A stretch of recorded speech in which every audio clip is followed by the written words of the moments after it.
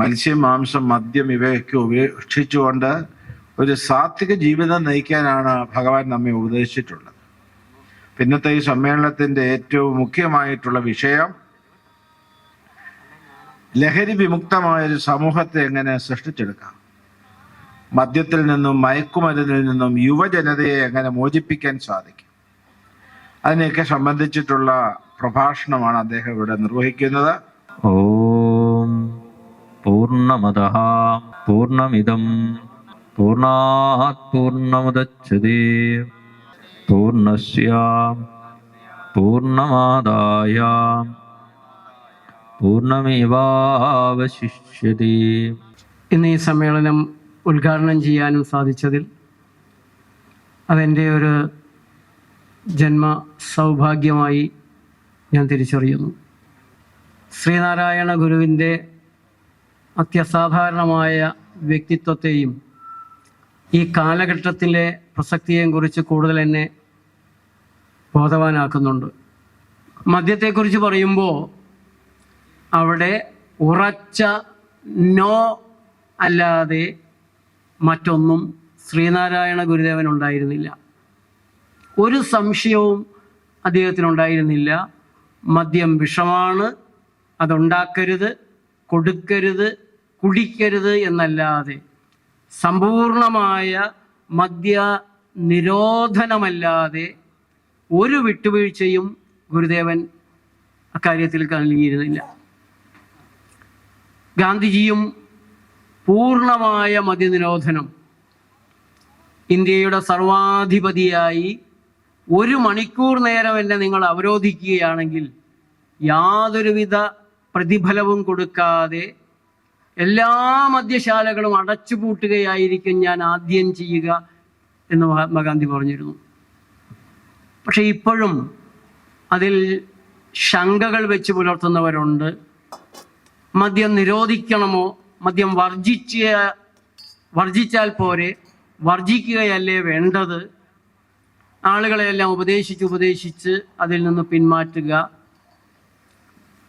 മദ്യം നിരോധിച്ചു കഴിഞ്ഞാൽ സർക്കാരിന് കിട്ടുന്ന വരുമാനമെല്ലാം കുറയില്ലേ, റവന്യൂ നഷ്ടം ഉണ്ടാവില്ലേ, മദ്യം നിരോധിച്ചു കഴിയുമ്പോൾ തൊഴിൽ നഷ്ടം ഉണ്ടാവില്ലേ, ആ രംഗത്ത് ധാരാളം തൊഴിലാളികളുള്ളതല്ലേ.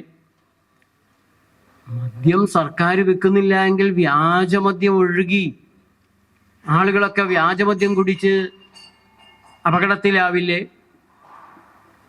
പിന്നെ ചിലര് വ്യക്തി സ്വാതന്ത്ര്യം, ഒരു വ്യക്തിയുടെ സ്വാതന്ത്ര്യമല്ലേ കുടിക്കണമോ വേണ്ടയോ എന്ന് തീരുമാനിക്കേണ്ടത്.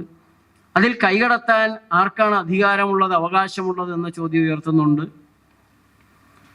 ഇപ്പോ പുതുതായി നമ്മൾ കേൾക്കുന്ന ഒരു വാദമാണ് മദ്യമില്ല എങ്കിൽ ടൂറിസ്റ്റുകൾ വരില്ല, ടൂറിസത്തിൽ നിന്ന് വലിയ വരുമാനം നമുക്ക് കിട്ടേണ്ടതാണ്, ആ വരുമാനം അതേപടി തന്നെ നഷ്ടപ്പെട്ടു പോകും. ഇങ്ങനെയുള്ള 6 വാദങ്ങളാണ് ഗുരുദേവന്റെ ആദർശങ്ങൾക്കെതിരായി, മഹാത്മാഗാന്ധിയുടെ ആദർശങ്ങൾക്കെതിരായി, നമ്മുടെ എല്ലാം ജീവിതത്തിനെതിരായി ഉയർന്നുകൊണ്ടിരിക്കുന്നത്.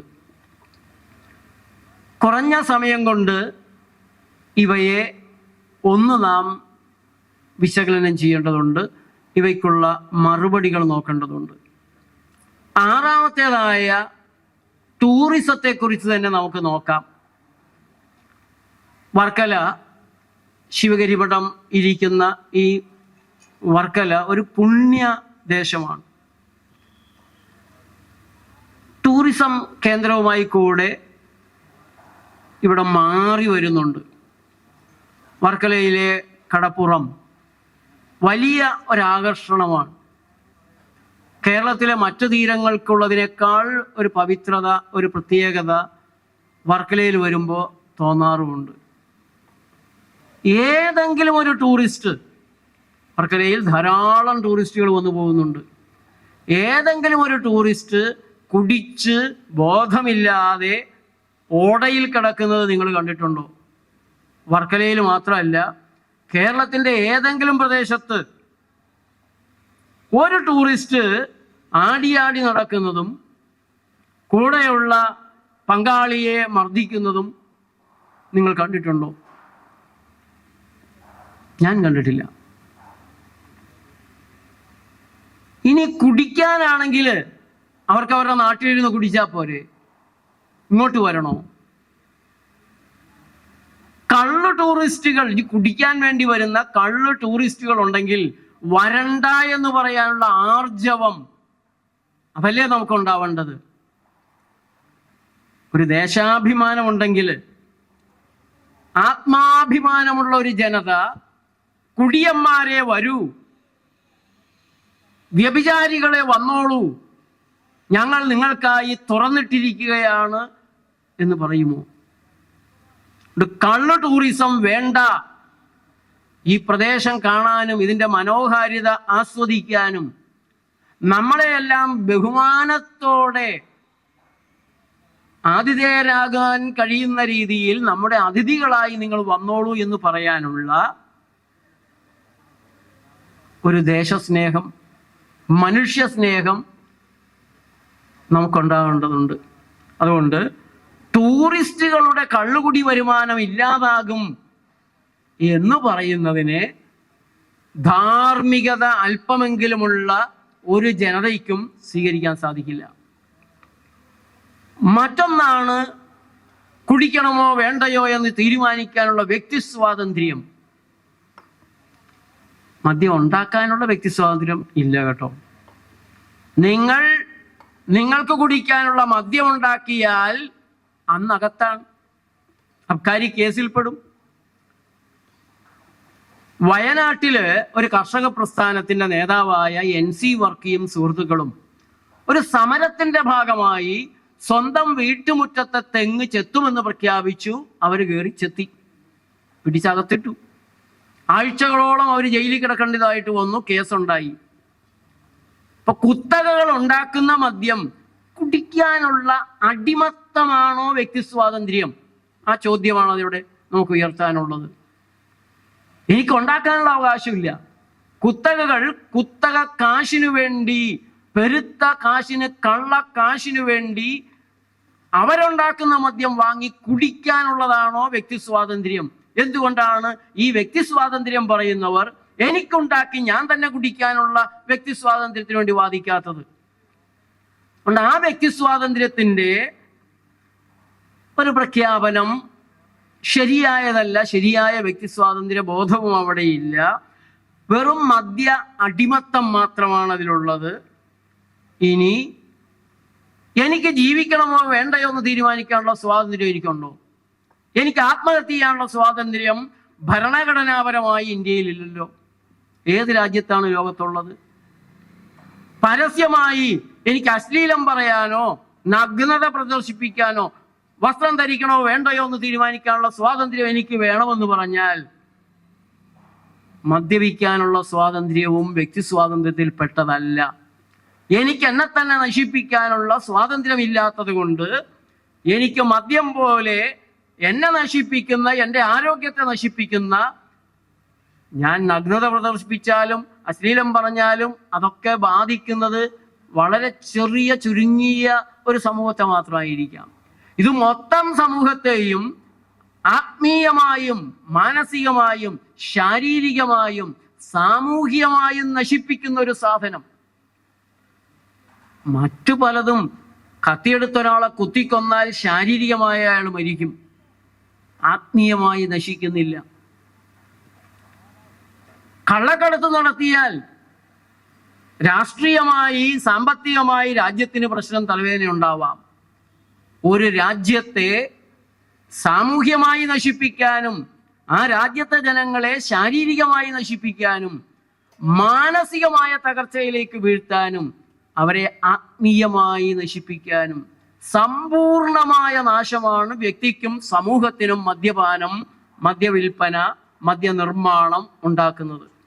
അതുകൊണ്ട് വ്യക്തി സ്വാതന്ത്ര്യത്തിന്റെ പേരെല്ലാം പറഞ്ഞ് മദ്യത്തെ അനുകൂലിക്കുന്നവർ കപട ബുദ്ധിജീവികളാണ്, അവരുടെ ലക്ഷ്യങ്ങൾ വേറെയാണ് എന്ന് വ്യക്തമായി നമുക്ക് മനസ്സിലാക്കാൻ സാധിക്കും.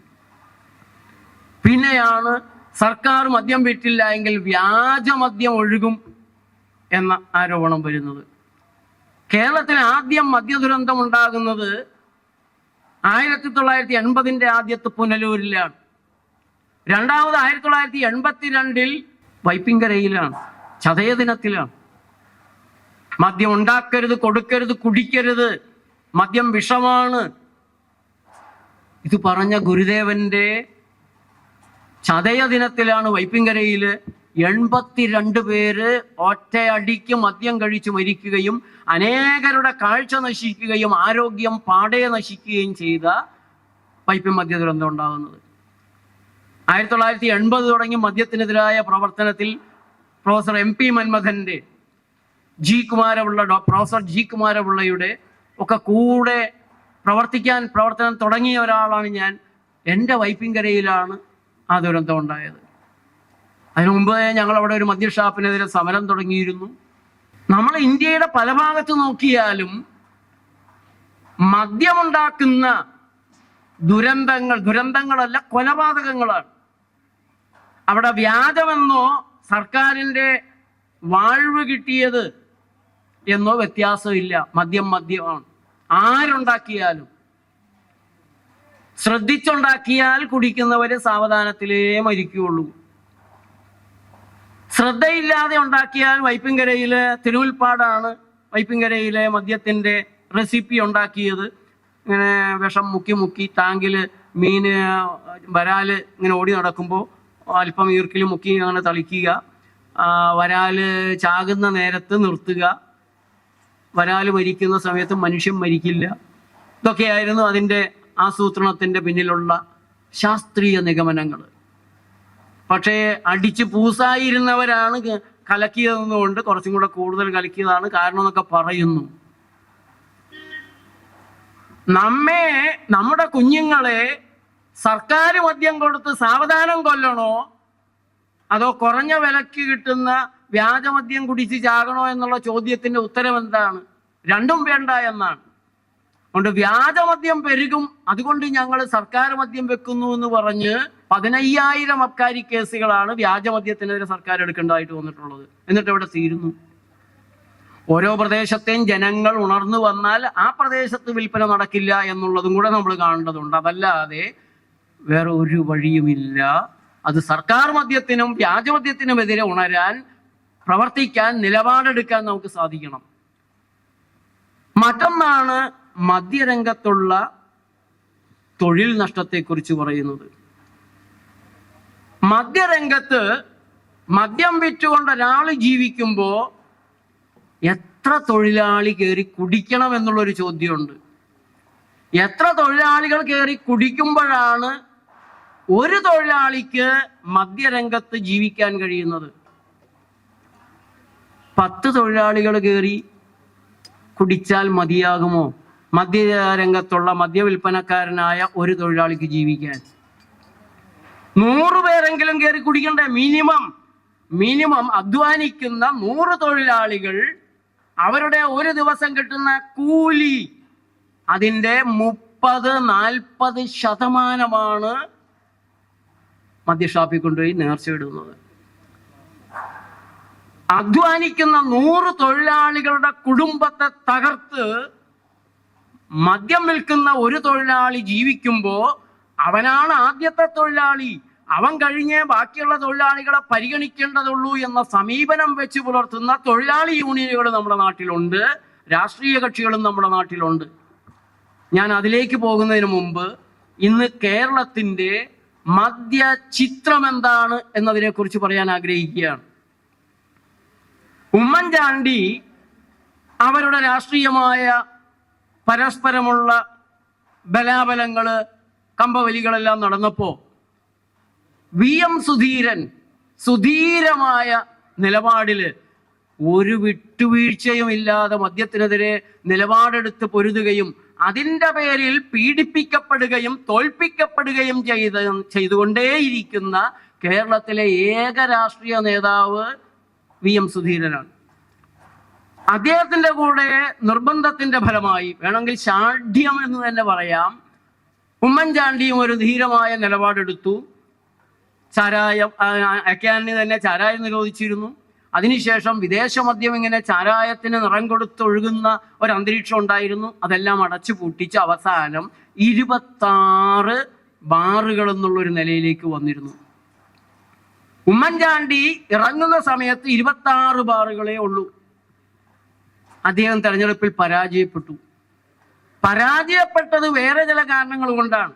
പ്രത്യേകിച്ച് ജിഷ കൊലപാതകം തുടങ്ങിയിട്ടുള്ള വേറെ തരത്തിലാണെങ്കിലും അദ്ദേഹം പരാജയപ്പെട്ടത് മദ്യഷാപ്പുകൾ ഇല്ലാതാക്കിയത് കൊണ്ടാണ് എന്ന് പറഞ്ഞ്, അത് കോൺഗ്രസിന്റെ ഉള്ളിലും ചില ആളുകൾ അങ്ങനെ പറയുന്നവരെ ഞാൻ കണ്ടിട്ടുണ്ട്. പിന്നീട് വന്ന 2 വട്ടം ഭരിച്ച സർക്കാർ ഭരിച്ച് 26 മദ്യഷാപ്പുകളും വിദേശ മദ്യം വിൽക്കുന്ന ബാറുകളും 4800 കള്ളുഷാപ്പുകളും ഉണ്ടായിരുന്ന ഒരു അവസ്ഥയിലാണ് പിണറായി വിജയന്റെ സർക്കാർ കേരളത്തിൽ വരുന്നത്. 26 ബാറുകൾ ഉണ്ടായിരുന്ന സ്ഥാനത്ത് അവരത് 850 ബാറുകളാക്കി പുരോഗമിപ്പിച്ചു. കേരളം ഭയങ്കരമായ പുരോഗമനത്തിലേക്ക് എത്തി. 850 ബാറുകൾ. ഓരോ ബാറ് തുടങ്ങുന്നതിന് മുമ്പ് പാർട്ടിക്ക് കിട്ടേണ്ട കൈക്കൂലിയുണ്ട്, നേതാക്കൾക്ക് വ്യക്തിപരമായി കിട്ടേണ്ട കൈക്കൂലിയുണ്ട്. അതെല്ലാ പാർട്ടിക്കും പോകുന്നതുമാണ്. അല്ലെങ്കിൽ മറ്റു പാർട്ടികൾ വേളം ഉണ്ടാക്കും, ഭരിക്കുന്നവർക്ക് കൂടുതൽ കിട്ടും. ഇതൊക്കെ നമുക്ക് അറിയാവുന്ന സത്യങ്ങളാണ്. 850 ബാറ്. ബിയർ വൈൻ പാർലറുകൾ. കാരണം ചെറുപ്പക്കാർ നേരെ കയറി റമ്മും ബ്രാൻഡിയും വിസ്കിയും ജിന്നും വോഡ്കയും ഒന്നും കുടിക്കുകയല്ല. അവരെ ഈ മദ്യപാനം ശീലിപ്പിച്ചു കൊണ്ടുവരാൻ വീര്യമില്ല, അടയ്ക്കാ വെള്ളമാണെന്നൊക്കെ പറയുന്ന ബിയർ വേണം, വൈൻ വേണം. ഇതാണ് മദ്യമുതലാളിമാരുടെ ചൂണ്ടയിടൽ. ചെറുപ്പക്കാർക്ക് ചായ പോലെയാണ്, ചാരായമല്ല, ലഘുവാണ്, ലഘുപാനീയമാണ്, കോള കുടിക്കുന്നത് പോലെയൊക്കെയാണ്. അവരത് മാറ്റിയെടുക്കുകയും ചെയ്യുന്നുണ്ട്. അവർക്കറിയാം എങ്ങനെയാണ് ചെറുപ്പക്കാരെ വഴിതെറ്റിക്കേണ്ടത്. കാരണം പ്രലോഭനമാണ്. ഈശ്വരീയമായത്, ദൈവീകമായത് ഒരിക്കലും നമ്മെ പ്രലോഭിപ്പിക്കുന്നില്ല. പക്ഷേ പൈശാചികമായത്, രാക്ഷസീയമായത് നിരന്തരം നമ്മെ പ്രലോഭിപ്പിക്കുമെന്നുള്ളതാണ്. അങ്ങനെ 295 ബിയർ വൈൻ പാർലറുകൾ ഇന്ന് കേരളത്തിലുണ്ട്. വിദേശ മദ്യം വിൽക്കുന്ന ബെവ്കോയുടെയൊക്കെ കടകളായി 239 ഉണ്ട്. 26 ബാറുകൾ മാത്രം ഉണ്ടായിരുന്ന സ്ഥാനത്താണ് 850 ബാറുകളും 295 ബിയർ പാർലറുകളും വിദേശ മദ്യം വിൽക്കുന്ന 239 കടകളുമുള്ളത്. കള്ള് ഷാപ്പുകൾ 4800 എണ്ണം. പഞ്ചായത്തുകളെക്കാൾ എത്രയോ കൂടുതൽ. മൊത്തം കേരളത്തിൽ 6184 മദ്യ കടകളാണ്, ബാറുകൾ സഹിതമായിട്ട് ഇന്ന് കേരളത്തിലുള്ളത്. 4826 ഉണ്ടായിടത്ത് ഇത്രയും അധികം. അത് താരതമ്യേന ലഹരി കുറവായ കള്ള് ഷാപ്പുകൾ 4800. അതിനപ്പുറത്തേക്ക് അതിഭീകരമായ വ്യാപനം ഉണ്ടാക്കിയിട്ടുള്ളത്. ഒരു ബാറിൽ ഒരു ദിവസം 3 ലക്ഷത്തിന്റെ കച്ചവടം. 1.5 ലക്ഷം തുടങ്ങി 6 ലക്ഷം വരെ, വിശേഷ ദിവസങ്ങളിൽ 10 ലക്ഷം വരെയാണ് ഒരു ബാറിലെ വിൽപ്പന. ബിയർ പാർലറുകളിൽ ഒരു ദിവസം 1 ലക്ഷമാണ്. വിദേശ മദ്യ ഷാപ്പുകളിലാണെങ്കിൽ ഒരു ദിവസം 11.5 ലക്ഷത്തിന്റെ വിൽപ്പനയാണ് നടന്നു വരുന്നത്. കള്ള് ഷാപ്പിലാണെങ്കിൽ ഒരെണ്ണത്തിൽ 20,000 രൂപയുടേതുമാണ്. അങ്ങനെ വരുമ്പോൾ കേരളത്തിലെ ബാറുകളിൽ ഒരു ദിവസം വിൽക്കുന്നത് 25.5 കോടിയുടെ മദ്യമാണ്. ബാറുകളിൽ മാത്രം 25.5 കോടിയുടെ മദ്യം. ബിയർ പാർലറുകളിൽ 2.95 കോടിയുടെ വിൽപ്പന. വിദേശ മദ്യ ഷോപ്പുകളിൽ 35.5 കോടിയുടെ വിൽപ്പന. കള്ള് ഷാപ്പുകളിൽ 9.6 കോടിയുടെ വിൽപ്പന. ഒരു മാസം കേരളത്തിൽ വിദേശ ബാറുകാർ കേരളീയയിൽ നിന്ന് പിഴിഞ്ഞൂറ്റുന്നത്, നമുക്കൊന്നും ദൂർത്തടിക്കാനുള്ള പണമുള്ളവരല്ല കേരളീയർ. വളരെ കുറച്ച് കേരളീയരെ ദൂർത്തടിക്കാനുള്ള പണമുള്ളവരുള്ളൂ. നമ്മുടെ കുഞ്ഞുങ്ങളുടെ പോഷകാഹാരമാവേണ്ട, നമ്മുടെ കുട്ടികളുടെ ഭക്ഷണമാവേണ്ട, അവരുടെ വിദ്യാഭ്യാസമാവേണ്ട 790 കോടിയാണ് ഒരു മാസം ബാറുകാർ മാത്രം പിടിച്ചു പറിച്ച് അധ്വാനിക്കുന്ന പാവപ്പെട്ട തൊഴിലാളികളുടെ കയ്യിൽ നിന്ന് പിടിച്ചു പറിച്ചെടുക്കുന്നത് 790 കോടി രൂപയാണ്. ബിയർ പാർലറുകളിലൂടെ കുട്ടികളിൽ നിന്ന് +2 പഠിക്കുന്ന കുട്ടികൾ തുടങ്ങി കുട്ടികളിൽ നിന്ന് പിടിച്ചു പറിക്കുന്നത് 9 കോടി രൂപയാണ്. വിദേശ മദ്യ ഷോപ്പുകളിലൂടെ നമ്മുടെ വഴിവക്കുകളിൽ ഇപ്പോൾ കാറ്റ് വന്നാൽ മറിഞ്ഞു വീഴുമെന്ന് തോന്നുന്ന രീതിയിൽ മദ്യാനാരോഗ്യം ബാധിച്ചവരുടെ ക്യൂ കാണാൻ സാധിക്കും. അതിലൂടെ സർക്കാരും മദ്യശക്തികളും പിടിച്ചു പറിക്കുന്നത് 106.5 കോടി രൂപയുടെ മദ്യമാണ്.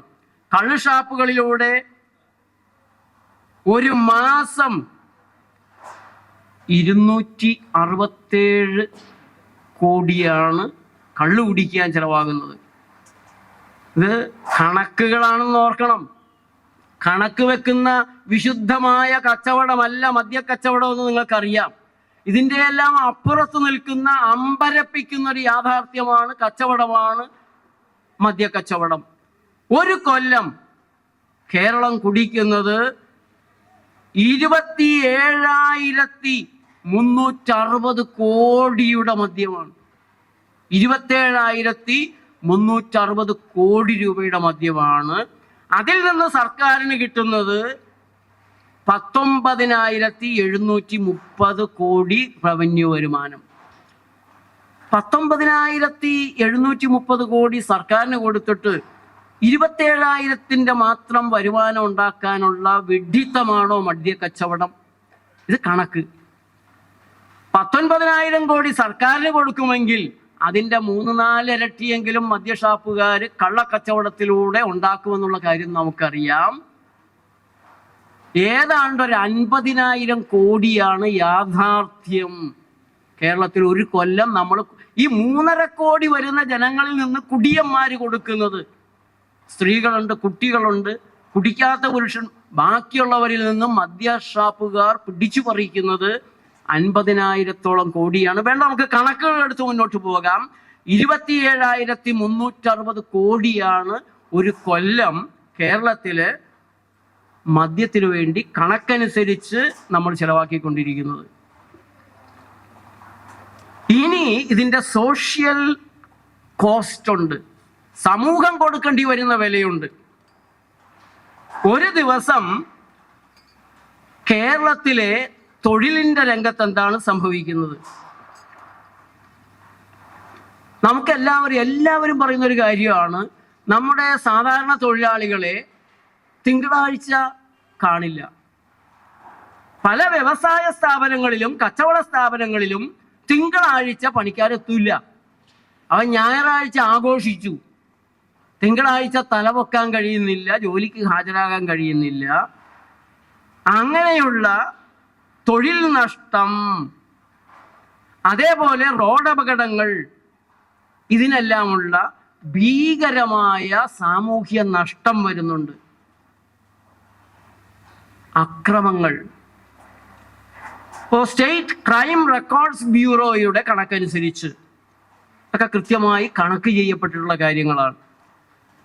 അക്രമം 2024-25 വർഷത്തിൽ കഴിഞ്ഞ വർഷത്തേതിനേക്കാൾ 120% ക്രിമിനൽ ആക്ടിവിറ്റികളാണ് കേരളത്തിൽ കൂടിയത്.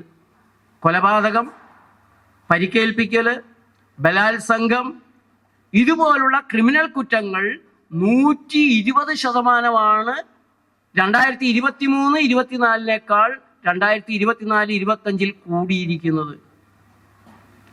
കുടുംബത്തിൽ നടക്കുന്ന അക്രമം, ഭർത്താവ് ഭാര്യയോട്, അത് 30 വയസ്സിനും 49 വയസ്സിനും ഇടയിലുള്ള ഗ്രൂപ്പിലാണ്, പുരുഷന്മാരിലാണ് ഈ വീട്ടക്രമങ്ങൾ ഏറ്റവും കൂടുതലായിട്ടുള്ളത്. 5000 കേസുകളാണ് കേരളത്തിൽ രജിസ്റ്റർ ചെയ്തിട്ടുള്ളത്. ബന്ധുക്കൾ തമ്മിൽ ഒത്തുതീർപ്പാക്കിയതൊന്നും ഇതിൽ വരുന്നില്ല. അതേപോലെ മക്കളുണ്ടാക്കുന്ന കുടുംബ പ്രശ്നങ്ങളുണ്ട്. പിതാക്കന്മാരെ എത്രയാണ് വാർത്തകൾ?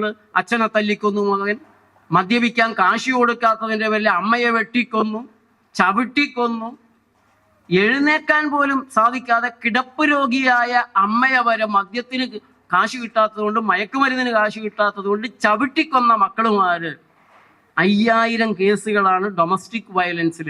ഈ മക്കളുണ്ടാക്കുന്ന കുടുംബ പ്രശ്നങ്ങൾ രണ്ടടി കൊണ്ടാലും പുറത്തു പറയാൻ പറ്റുമോ? കുടുംബത്തിൻ്റെ മാനം പോവുകയല്ലാതെ അതൊന്നും കണക്കിൽ വരാറില്ല. മദ്യപിച്ച് വാഹനമോടിച്ച് 2025 ഓണക്കാലത്ത് തിരുവനന്തപുരത്തും കൊച്ചിയിലും മാത്രം 300 ഡ്രൈവർമാരെ അറസ്റ്റ് ചെയ്ത് കേസെടുത്തു. കേരളത്തിൽ 1200. ഇവരുണ്ടാക്കുന്ന എങ്ങനെയാണ് വഴിയിലിറങ്ങി നടക്കുക? എങ്ങനെയാണ് നമ്മുടെ കുട്ടികളെ വഴിയിലൂടെ നടന്ന് അല്ലെങ്കിൽ വാഹനത്തിൽ പോലും സ്കൂളുകളിലേക്ക് അയക്കുക? എങ്ങനെയാ പുറത്തിറക്കുക? മദ്യപിച്ച് വാഹനം ഓടിക്കുന്നവരുടെ എണ്ണം കൂടിക്കൊണ്ടേയിരിക്കുന്നു. അതിൽ നല്ലൊരു ശതമാനവും മയക്കുമരുന്നും കൂടെ ഉപയോഗിക്കുന്നവരാണ്. മദ്യവും മയക്കുമരുന്നും കൂടെ ഉപയോഗിക്കുന്ന ഒരു അവസ്ഥയാണ് ഇന്ന് കേരളത്തിൽ വന്നു ചേർന്നിട്ടുള്ളത്. മദ്യമുണ്ടാക്കുന്ന ആരോഗ്യ പ്രശ്നങ്ങളുണ്ട്. പബ്മെഡ് എന്ന് പറഞ്ഞ ആരോഗ്യ രംഗത്ത് എല്ലാവർക്കും അറിയാവുന്ന ഒരു ആഗോള അമേരിക്കൻ ഗവൺമെന്റിന്റെ ഒരു പ്രസിദ്ധീകരണമാണ് PubMed. National Institute of Health എന്ന് പറയുന്ന അമേരിക്കയുടെ ആരോഗ്യ രംഗത്തെ ഏറ്റവും പ്രധാനപ്പെട്ട സംഘടനയുടെ ഒരു ഡിജിറ്റൽ ഇന്റർനെറ്റ് പ്രസിദ്ധീകരണമാണ് പബ്മെഡ്. ആ പബ്മെഡ് കേരളത്തിലെ ചില മെഡിക്കൽ ഇൻസ്റ്റിറ്റ്യൂട്ടുകൾ കേരളത്തിലെ ആശുപത്രികളിൽ നടത്തിയ പഠനത്തിന്റെ റിപ്പോർട്ട് പ്രസിദ്ധീകരിച്ചിരുന്നു. ശ്രീ ചിത്തിര തിരുനാൾ ആശുപത്രിയിൽ സഹിതം നടത്തിയ ഒരു പഠനത്തിൽ ലിവർ സിറോസിസ്, ക്യാൻസർ, ഹൃദ്രോഗങ്ങൾ, റോഡപകട പരിക്കുകളുടെ ചികിത്സയ്ക്ക് 20,000 കോടിയോളമാണ് ചെലവാകുന്നത്. സർക്കാരിന് മദ്യത്തിൽ നിന്ന് വരുമാനം കിട്ടുന്നത് 19,730 കോടിയാണ്. പക്ഷെ മദ്യമുണ്ടാക്കുന്ന ആരോഗ്യ പ്രശ്നങ്ങൾ പരിഹരിക്കാൻ 20,000 കോടി ചെലവാക്കേണ്ട ഒരു ഗതികേടാണ് ഈ സംസ്ഥാനത്തിനുള്ളത്. എന്നിട്ടും പറയാണ് ഞങ്ങൾ ഭരിക്കുന്നത് ഈ മദ്യത്തിൽ നിന്നുള്ള വരുമാനമുള്ളത് കൊണ്ടാണ് എന്ന് പറയുന്നത് ഒരു ഭരണ നുണയാണ്, ഒരു ഭരണ കാപട്യമാണ്, ജനവഞ്ചനയാണ്, ജനദ്രോഹമാണ്. യാതൊരു സംശയവും അക്കാര്യത്തിൽ വേണ്ട.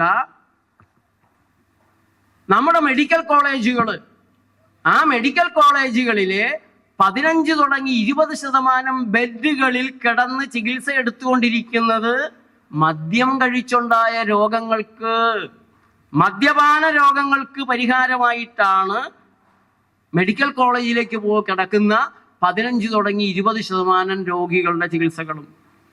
ഇത് കൃത്യമായി പഠനം നടത്തി പബ്മെഡ് പ്രസിദ്ധീകരിച്ചുള്ള കണക്കുകളാണ്. പബ്ലിക് ഹെൽത്ത് ബജറ്റിന്റെ 1,500 കോടി തുടങ്ങി 2,000 കോടി മദ്യത്തിന്റെ ചികിത്സയ്ക്ക് വേണ്ടി നേരെ പോയിക്കൊണ്ടിരിക്കുകയാണ്. മദ്യം ഉണ്ടാക്കിയ ചെറിയ ചെറിയ രോഗങ്ങൾ മെഡിക്കൽ കോളേജിൽ കിടന്ന് ചികിത്സിക്കുന്നതല്ല, അല്ലാത്ത ചികിത്സയ്ക്ക് വേണ്ടി പോയിക്കൊണ്ടിരിക്കുകയാണ്. 12,000 തുടങ്ങി 15,000 കോടി രൂപയുടെ നഷ്ടമാണ് ഉൽപാദന മേഖലയിൽ ഉണ്ടാകുന്നത്. ജോലി നമ്മുടെ നാട്ടിലെ തൊഴിലാളികളിൽ 20% മദ്യാസക്തരാണ് എന്നൊരു കണക്കുണ്ട്. ദരിദ്ര ജനവിഭാഗങ്ങളിൽ 20% അധ്വാനിക്കുന്ന ദരിദ്ര വിഭാഗങ്ങളിലെ തൊഴിലാളികളിൽ 20% മദ്യാസക്തരാണ്. അവർക്ക് വേണ്ടത്ര നന്നായിട്ട് ജോലി ചെയ്യാൻ കഴിയില്ല. അവരെ ശാരീരികമായ അവശതയിൽ മദ്യം അവരെ അവശരാക്കി കഴിഞ്ഞു. പലപ്പോഴും അവർ സിക്ക് ലീവിലാണ്. അതിൻ്റെ കോസ്റ്റ് സമൂഹം, അത് നമ്മൾ മുടക്കുന്ന കാശല്ല, പക്ഷെ ഉൽപാദന നഷ്ടം, നേരെ കാണാൻ വയ്യാത്ത നഷ്ടം ഉണ്ടാകുന്നത് 12,000 തുടങ്ങി 15,000 കോടിയാണ്. 17,000 ചില്ലാനം കിട്ടുന്നതിന് നേരെ തന്നെ 20,000 കോടി സർക്കാർ മുടക്കുന്നുണ്ട്. അതല്ലാതെ വരുന്ന ഉൽപാദന നഷ്ടമാണ്. ഈ കൊച്ചു കേരളത്തിൽ നിത്യ കുടിയന്മാർ, എന്നും കുടിക്കുന്ന 5 ലക്ഷം കുടിയന്മാരുണ്ട്. അതിൽ 84,000 കുടിയന്മാരും രക്ഷപ്പെടുത്താൻ ഇനിയൊന്നും കഴിയില്ല, അവർ തിരിച്ചു കയറില്ല. അമിത മദ്യപാനികളാണ്, മദ്യ അടിമകളാണ്. അവർ തൊഴിലാളിക്ക് തൊഴിലെടുക്കാൻ കമ്പനി കയറിയിട്ടോ നമ്മുടെ പറമ്പിൽ വന്നിട്ടോ ഒരു കാര്യമില്ല. അവര് സാമ്പത്തിക പ്രശ്നങ്ങളിൽ നട്ടം തിരിയുന്നവരാണ്, കുടുംബ പ്രശ്നങ്ങളിൽ നട്ടം തിരിയുന്നവരാണ്, ലൈംഗികമായ ബലഹീനതയുടെ പ്രശ്നങ്ങളുള്ളവരാണ്, പലതരത്തിലുള്ള പ്രശ്നങ്ങൾ അഭിമുഖീകരിക്കുന്നവരാണ്. ഗുലാത്തി ഇൻസ്റ്റിറ്റ്യൂട്ട് ഓഫ് ഫൈനാൻസിന്റെ പഠനത്തിൽ ദരിദ്രരിൽ 20% മദ്യാസക്തരായി കഴിഞ്ഞു. നിത്യവരുമാനം നല്ലൊരു ശതമാനവും മദ്യഷാപ്പിൽ നൽകുന്നവരാണ്. അവരുടെ മക്കളും, അച്ഛൻ കുടിക്കുന്നത് കൊണ്ട് മക്കളും ദുരിതത്തിലാണ്. മക്കൾക്കും ആരോഗ്യമില്ല, പോഷക ഭക്ഷണമില്ല, വീട്ടിലെ ആ വഴക്കും ഇതെല്ലാം കൊണ്ട് അവരും ആകെ മാനസികമായ പ്രശ്നങ്ങളിലാണ്. ഭാവി തലമുറയെ അതിൻ്റെ നഷ്ടം എങ്ങനെയാണ് കണക്ക് കൂട്ടുക? ഈ പറഞ്ഞ കോടികളെക്കാൾ ഭീകരമായ കോടിയുടെ കാണാത്ത നഷ്ടമാണ് മദ്യപാനികളുടെ മക്കൾ കാരണം, മദ്യപാനികൾ ഉണ്ടാക്കുന്ന റോഡപകടങ്ങൾ കാരണം ഈ സമൂഹത്തിൽ ഉണ്ടായിക്കൊണ്ടിരിക്കുന്ന നഷ്ടം. ഒരു കൊല്ലം വേണ്ട, കഴിഞ്ഞ ജനുവരി തുടങ്ങി ഒക്ടോബർ വരെ കേരളത്തിൽ 41,372 റോഡപകടങ്ങൾ ഉണ്ടായിട്ടുണ്ട്. 3,050 പേരാണ് റോഡപകടത്തിൽ കേരളത്തിൽ മരിച്ചിട്ടുള്ളത്. ഒരു കൊല്ലം ആയിട്ടില്ല. 47,002 പേർക്ക് റോഡപകടങ്ങളിൽ പരിക്ക് പറ്റിയിട്ടുണ്ട്, മരണം കൂടാതെ. ഒരു ദിവസം ഈ കേരളത്തിൽ നടക്കുന്നത് 135 റോഡപകടങ്ങളാണ്. ഈ റോഡപകടങ്ങളിൽ ഡ്രൈവർമാരുടെ ബ്ലഡ് ടെസ്റ്റ് നടത്താൻ കഴിഞ്ഞത് വളരെ കുറച്ചേ നടത്താൻ കഴിയാറുള്ളൂ. കാരണം ചെറിയ ചെറിയ അപകടങ്ങളിലൊന്നും ബ്ലഡ് ടെസ്റ്റ് ഒന്നും ആരും നടത്താറില്ല. 45.9% ഡ്രൈവർമാരും മദ്യപിച്ചിരുന്നു എന്നാണ് ക്രൈം റെക്കോർഡ് ബ്യൂറോയുടെ കണക്ക്. 41,372 റോഡപകടങ്ങളുണ്ടായി. 3,000-ലധികം പേര് മരിച്ച കേരളത്തിൽ, 47,000 പേരുടെ ജീവിതം തകർന്ന പരിക്കുകൾ വന്നിരിക്കുന്ന കേരളത്തിൽ, അതിൽ പകുതി അപകടങ്ങൾക്കും കാരണം മദ്യപിച്ചു വാഹനം ഓടിച്ചവർ ഉണ്ടാക്കിയതാണ്.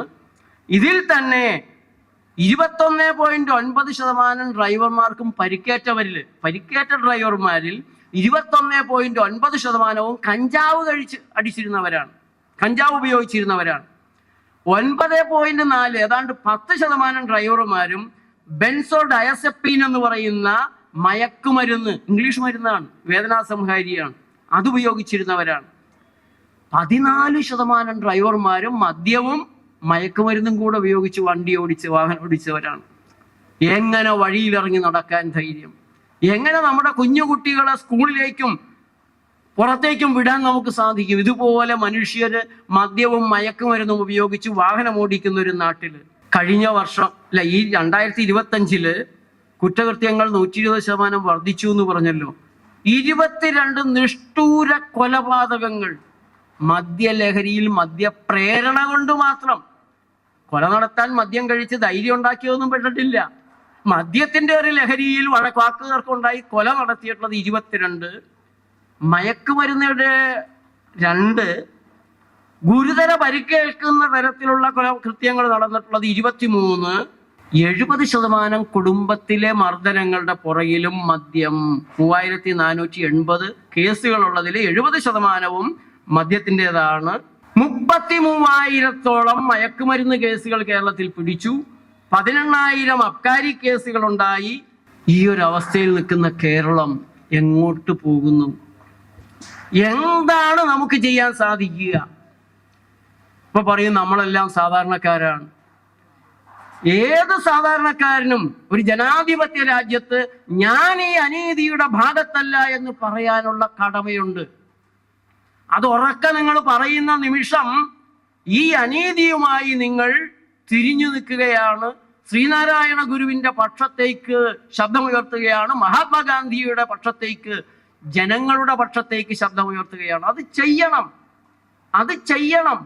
അത് നമ്മുടെ കടമയാണ്. ഒരു പൗരന് വോട്ട് ചെയ്യാനുള്ള അധികാരവും അവകാശവും പോലെ തന്നെ അനീതിക്ക് ഞാൻ കൂട്ടല്ല എന്ന് പറയാനുള്ള കടമയുണ്ട്. ആ കടമ നിർവഹിക്കാൻ ആദ്യം തയ്യാറാവണം.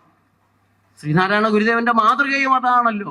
ആലുവയിലെ അദ്വൈതാശ്രമത്തിലിരുന്ന് മദ്യം വിഷമാണ്, അത് ഉണ്ടാക്കരുത്, കൊടുക്കരുത്, കുടിക്കരുതെന്ന് പറഞ്ഞ ശ്രീനാരായണ ഗുരുവിനോട് തൊഴിൽ നഷ്ടത്തെക്കുറിച്ച് ചോദിക്കുന്നുണ്ട്. ഗുരുവേ, അങ്ങ് ഞങ്ങളുടെ ഗുരുവാണ്, ഞങ്ങളുടെ ഗുരുവായ അങ്ങ് ഞങ്ങളോട് പറയുകയാണ് ചെത്തരുത്, ഞങ്ങൾ പിന്നെ എന്ത് തൊഴിലെടുക്കും, എങ്ങനെ ജീവിക്കും? നിന്റെ ആ ചെത്ത് കത്തി 4 കീറിയാൽ 4 കത്തി കിട്ടും, അതുകൊണ്ട് ക്ഷൗരം ചെയ്യാൻ പോകണമെന്ന് പറയുന്ന ഗുരുവിന്റെ ശബ്ദം ശ്രീനാരായണീയനിൽ മാത്രമല്ല മൊത്തം ലോകത്തും അലയടിക്കേണ്ട ശബ്ദമാണ്. തൊഴിൽ നഷ്ടത്തിന്റെ പേരിലോ വരുമാന നഷ്ടത്തിന്റെ പേരിലോ മറ്റൊരു പേരിലോ ന്യായീകരിക്കാൻ സാധിക്കാത്ത, സമ്പൂർണമായി മനുഷ്യവംശത്തെ നശിപ്പിക്കുന്ന, മനുഷ്യന്റെ അന്തസ്സിനെ നശിപ്പിക്കുന്ന, രാജ്യത്തെ നശിപ്പിക്കുന്ന മദ്യത്തിനെതിരായ ഒരു പോരാട്ടത്തിന് ശിവഗിരി മഠം അതില് ഒരു വിട്ടുവീഴ്ചയുമില്ലാത്ത ഉറച്ച നിലപാട് തന്നെ തുടരുന്നതാണ് എന്നത് മാത്രമാണ്. ഇതുപോലെ കേരളത്തിൽ മദ്യത്തിനെതിരെ ഉറച്ച നിലപാടെടുക്കുന്ന വേറെ ഏത് പ്രസ്ഥാനമാണുള്ളതെന്ന് എനിക്ക് ചോദിക്കാതിരിക്കാൻ നിർവാഹമില്ല. ഗുരുധർമ്മ പ്രചരണ സഭ എനിക്ക് ഏതാണ്ട് 1980 തുടങ്ങി ബന്ധമുണ്ട്. മൻമോഹൻ സാറുമായി കേരളത്തിലൊട്ടാകെ വാഹനജാഥ നടത്തുമ്പോൾ, മദ്യവിരുദ്ധ സമരങ്ങൾ നടത്തുമ്പോൾ ഞങ്ങൾക്ക് ഉറപ്പായി വിശ്വസിക്കാവുന്ന ഒരാശ്രയം ഗുരുധർമ്മ പ്രചരണ സഭയാണ്. ആ സമയത്ത് മൻമോഹൻ സാറോടൊപ്പം പല പ്രാവശ്യവും ഈ വേദിയിൽ വരാൻ, മൻമോഹൻ സാർ പ്രസംഗിക്കുന്നത് ഇരുന്ന് കേൾക്കാൻ സാധിച്ചിട്ടുള്ള ഞാൻ ഇന്ന് ആ സാറിൻ്റെ ഒരു സ്ഥാനത്ത് നിൽക്കാനുള്ള ഒരു ഭാഗ്യമുണ്ടായത് അത് സച്ചിദാനന്ദ സ്വാമികളോടും ഈ സംഘാടകരോടും ഞാൻ നന്ദി പറയുകയാണ്. നിരന്തരമായ ഒരു പോരാട്ടം, ഒരു വിട്ടുവീഴ്ചയും ചെയ്യാത്ത നിശിതമായ പോരാട്ടം, നമ്മുടെ ജീവിതത്തിന്റെ താളമായി മാറുന്ന ഒരു പോരാട്ടം മദ്യത്തിനെതിരെ നടത്തുന്നില്ല എങ്കിൽ നമ്മുടെ ഭാവി, നമ്മുടെ കേരളം, മദ്യളമായി മാറിയിരിക്കുന്ന കേരളം, അതിനെ രക്ഷിക്കാൻ ആരുമില്ലേ എന്നുള്ളൊരു ചോദ്യമാണ് നമ്മുടെ നാട്ടിലെ ചെറുപ്പക്കാരിൽ 36% ചെറുപ്പക്കാരും മദ്യത്തിൻ്റെ വലയിലാണ്, അതിൽ ആസക്തിയിലേക്ക് പോയിക്കൊണ്ടിരിക്കുകയാണ്. അവരെ രക്ഷിക്കാൻ നമ്മുടെ യുവജന സംഘടനകൾക്ക് സാധിക്കട്ടെ. പ്രത്യേകിച്ച് അതിൻ്റെ പ്രസിഡന്റ് രാജേഷ് സഹദേവൻ വളരെ ഊർജ്ജസ്വലമായ പ്രവർത്തനം നടത്തുന്ന കഴിഞ്ഞ പ്രാവശ്യം വന്നപ്പോൾ അദ്ദേഹത്തെ കണ്ടിട്ടുണ്ട്. അവർ വളരെ കൃത്യമായ തീരുമാനങ്ങളെടുത്ത് മുന്നോട്ട് പോകട്ടെ. അസംഗാനന്ദ സ്വാമികൾ കരുത്തുറ്റ നേതൃത്വം നൽകുന്ന ഈ പ്രസ്ഥാനത്തിന് കേരളത്തെ കണ്ണു തുറപ്പിക്കാനുള്ള വഴികൾ വരുത്താൻ കഴിയട്ടെ, ചാലു തെളിയിക്കാൻ സാധിക്കട്ടെ എന്ന പ്രാർത്ഥനയോടെ നിങ്ങളുടെ എല്ലാവരുടെയും സന്തോഷത്തോടെ ഈ സമ്മേളനം ഉദ്ഘാടനം ചെയ്തതായി പ്രഖ്യാപിച്ചുകൊണ്ട് നന്ദി, നമസ്കാരം.